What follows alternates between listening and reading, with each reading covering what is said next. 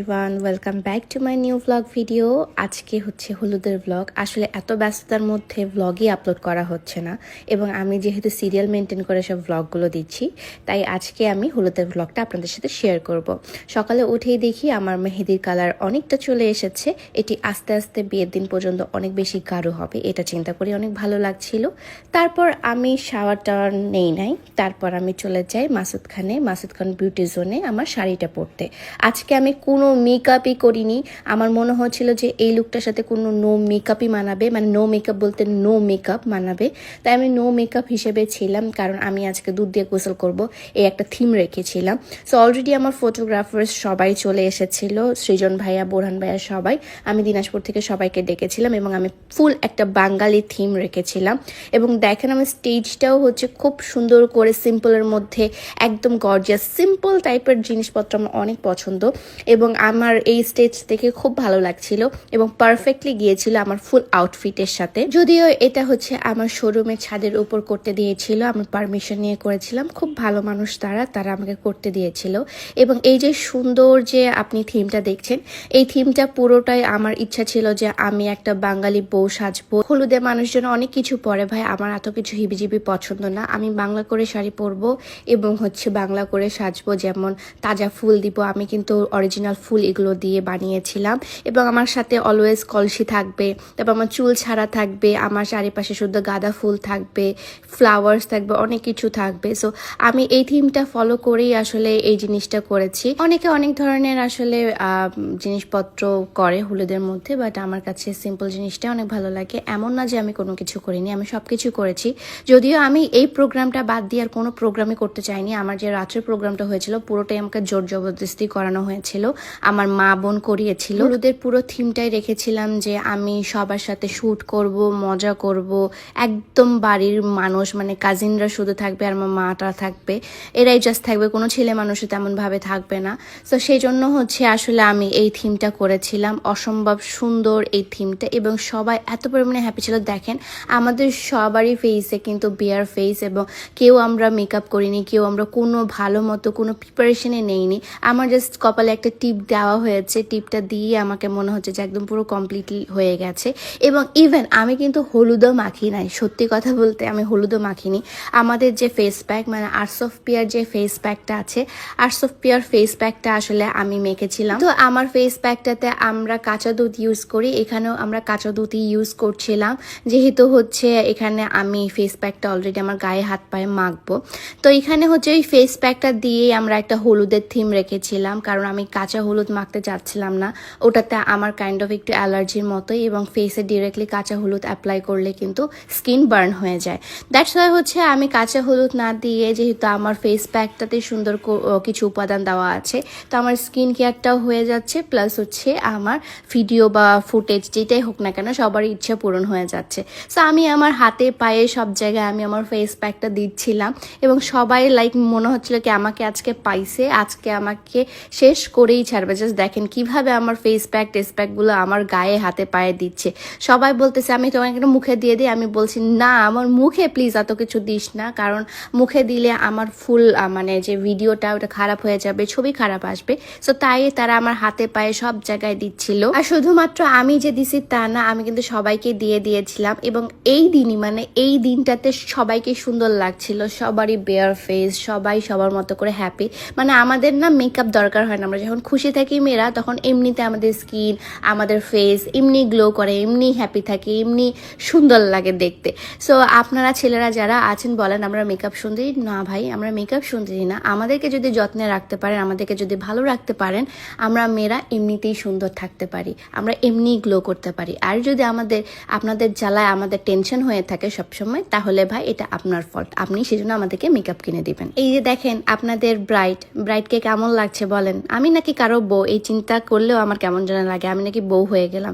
এবং সামনে দেখেন কত ফটোগ্রাফার্স, আমার ফটোগ্রাফার্স তারা অনেক সুন্দর করে আমার ছবিগুলো কিছু কিছু ছবি তুলেছে, এবং আমি বেশ হ্যাপি এবং বেশ থিম আকারে আসলে আমি এই ছবিগুলো তুলেছিলাম। ফুল থিমটাই ছিল একটা বাংলা বউ, একদম বাঙালি আনা একটা বিয়ে। সো আমার হলুদটাও সেই জন্য বাঙালি আনাই হয়েছিল। এবং দেখেন সবাই সবার মতো করে এনজয় করছে, সবাই সবারই মতো করে ফেস প্যাকটা মুখের মধ্যে মাখছে, কারণ সবাই জানে যে ফেস প্যাক প্যাকটা মাখলে কোনো ক্ষতি হবে না। সো দেখেন সবাই সবার মতো করে ফেস প্যাক চুলের মধ্যে মেখে ফেলেছে এবং দেখেন লামের অবস্থা, শুধু যে লামের তেমন অবস্থা ছিল তা না, সবারই একদম বিদকাল অবস্থা হয়েছিল।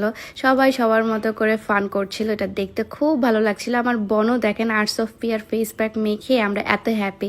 ইউসুফ ভাই সহ arts of pear face pack মেখেছিলাম এবং মাখার পর সবাই বলছিল যে আমাদের স্কিনগুলো কিন্তু চকচক করছে। দেখেন আমার ভাইয়ের অবস্থা, দেখেন কি অবস্থা করেছে ফেস। ইউসুফ ভাইয়ের অবস্থা একদম যাতা, এর মধ্যে হচ্ছিলাম তার ফেসটাকে ধুয়ে ফেলে এবং সে কিন্তু ইনস্ট্যান্টলি অনেক গ্লো করছিল মাশাআল্লাহ। মা খালারাও কিন্তু বাদ যায়নি, মা খালা মামি সবাই কিন্তু মেখেছিল। এন্ড এটা হচ্ছে যে সিনটা যেটা দিয়ে আমি আসলে ফটোশুট করতে চাচ্ছিলাম আমার বিয়েতে, এবং এটা আমি অলরেডি করে ফেলেছি আলহামদুলিল্লাহ। একদম গোলাপের পাপড়ি দিয়ে দুধ দিয়ে গোসল করানো আমার কাছে খুব মজা লেগেছিল এবং সবাই আশেপাশে নাচবে মজা করব আমরা, এটাই অনেক ভালো লাগছিল। আমার সব বোনগুলো আমার সাথে ছিল, শুধু তানহা সুমাইকে আসতে বলেছিলাম, ওরা আসে নাই। আমার মনটা অনেক খারাপ হয়ে গিয়েছিল, বাট ব্যাপার না। সবকিছু শেষে এখন হচ্ছে আমি আবার নিজে গোসল টোসল করে ফ্রেশ ট্রেশ হয়ে এখন চলে যাই হচ্ছে মাসুদ খান ভাইয়ার কাছে। এবং মাসুদ খান ভাইয়া আমার বোনকে আমাকে সবাইকে সাজিয়েছিল। আমার কাজিনরাও কিন্তু সেখানে পার্টি মেকআপ নিয়েছিল, বেশ সুন্দর সাজিয়েছিল তাদেরকে। এবং এখন তানহা সুমাইয়া আসে, তানহা সুমাইয়া আমার হচ্ছে মাথায় ঘোমটাটা দিয়ে দেয়। ইস কতটা ভালো লাগছে যে আমার দুই ফ্রেন্ড আমার পাশে আছে, আমার বড় দিনে দুই ফ্রেন্ড আমার পাশে আছে, অনেক ভালো লাগছে। কারণ তারা না থাকলে আসলে আমি অনেক কিছুই হারাতাম আমার জীবনে, তারা আমার অনেক বড় সাপোর্টার।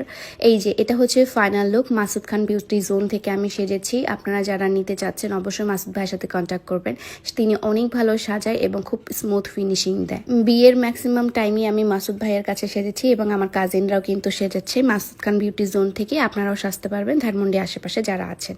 তারপর আমি চলে গিয়ে বাসায় চলে যাই, বাসায় বলতে শোরুমের ছাদে চলে যাই। গিয়ে দেখি যে হচ্ছে সবাই চলে এসেছে এবং আমার নানিরা এসেছে, আমার খালামুনিরা এসেছে। সো দেখে খুব ভালো লাগছিল, তারা আমার বিয়েতে অ্যাটেন্ড করছে। এবং আমি বলছিলাম ভাই আমার স্টেজে কি এত কিছু, এত খাওয়া দাওয়ার কেন? আমি আসলে এটা পুরো মানুষকে দিতাম এবং মানুষ এখন আমাকে এরকম করে দিচ্ছে। এবং আমার বোন, এটা ফুফুতো বোন, আমার জন্য খুব সুন্দর একটা গিফট এনেছে, আমি সেজন্য খুব হ্যাপি। সেও এসেছে আমার বিয়েতে। অনেক ছোট একটা প্রোগ্রাম, আমার মায়ের পক্ষ থেকে কিছু মানুষ এবং আমার আব্বুর পক্ষ থেকে কিছু মানুষ এসেছে এবং সবাইকে আমি খুব ভালো মতো চিনি এবং সবাই আমার অনেক কাছের একজন মানুষ। যেমন আমর খালা মানে আমার নানি, ওরাও অনেক কাছের আমার মানুষ। তারপর এখানে যতজন দেখছেন সবাইকে, ইচ অ্যান্ড এভরিওয়ানকে আমি চিনি, আমি জানি। এবং তারা কম সময়ের মধ্যে কি যে করেছে এত কিছু আমি নিজেও বুঝতে পারছিলাম না। এগুলো সবগুলো আসমা করেছে, থ্যাঙ্কস টু আসমা এবং আম্মু মিলে আসলে এগুলো করেছে। পুরো ব্লগ ভিডিওতে আমি আমার বাবুকে দেখাইনি আপনাদেরকে। এই যে হচ্ছে বাবু এবং রিনা শাড়ি পরেছিল, রিনাকে শাড়িতে অনেক অদ্ভুত লাগছিল, সুন্দর লাগছিল। তারপর আমি এন্ট্রি নিয়ে নিই, এন্ট্রিতে আমি একটা সাইয়া সুপারস্টার টাইপের একটু নাচে এন্ট্রি নিয়ে নিই, বেশ ভালো লাগছিল। কিন্তু আমার সব কাজিনরা না একটু বোরিং, তারা কোনো কিছুই করছিল না, আমি সব করি আর তারা একটু বসে বসে দেখে। তারা দেখতে পছন্দ করে বাট করতে পছন্দ করে না। আমি আবার করতেও খুব পছন্দ করি, দেখতেও অনেক পছন্দ করি। সো আমাকে গিয়ে সবাই বসায় দিল, বসায় আমি হচ্ছে সুন্দর বউয়ের মতো বসে গেলাম। এই জিনিসটা আমি কখনোই ভুলবো না ভাই রে ভাই, বউ সাজা অনেক প্যারা এবং বউ হওয়াটাও অনেক প্যারা। ঠিক আছে, আপনাদেরকে বলছি ছোটোখাটো বিয়ে করেন, আমার ছোটোখাটো বিয়েতেও অনেক কিছু হয়েছে, বাট আপনারা যদি যত কম পারেন তত মানুষজন ডাকিয়েন, সবার মন আপনি রাখতে পারবেন না। তারপর এক এক করে আমাকে হলুদ দেওয়া স্টার্ট করে দেয়, মামা মামি আমাকে হলুদ দেয় এবং মামা দেওয়ার টাইমে অনেক বেশি কান্নাকাটি করছিল। মামা স্টিল না অনেক কান্নাকাটি করে, কেন জানি না। মামা এত কান্না করেছিল, সব থেকে কান্না করেছিল আমার মামা এবং আমার আব্বু।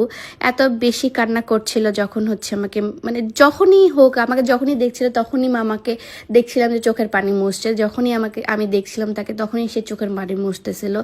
মানে এত কান্নাকাটি কেন করছিল আমি বুঝতে পারছিলাম না। হয়তো বা আমি সবচেয়ে ছোট, সেই জন্য মামা হয়তো বা আমাকে বিদায় দিতে একটু কষ্টই লাগছিল। আসলে ছোট থেকে আমি সব থেকে বেশি যে মামা মামেদের কাছে ছিলাম, কারণ আমি দিনাজপুর অনেকদিন ছিলাম। হিমেল ভাইয়া, মিথিলা, আপু এরা এত বেশি হচ্ছে নানু বাসা ফ্রেন্ডলি ছিল না, বাট আমি সবসময় নানু বাসা যাওয়া আসা করতাম, তাই হয়তো বা। তারপর আমার সব ফ্রেন্ডরা মিলে আমাকে হলুদ দিয়ে দিল, আমাকে সবাই হলুদ দিয়েছে, সবারই ক্লিপ আসলে নেওয়া হয়নি বা ব্লগে দিলে অনেক বড় হয়ে যাবে। সো সবারই আসলে ক্লিপ আমি নিতে পারিনি। এবং আমার আব্বুও যেহেতু আসেনি, আমার আব্বু পরের দিন এসেছিল, আব্বুর অনেক ইম্পর্টেন্ট কাজ ছিল, সেজন্য আব্বু আসতে পারে নাই। তো আমার ফ্রেন্ডরা আমাকে এই যে দেখেন চিল্লার দিয়েছিল। তারপর চলে আসে মিকি আপু।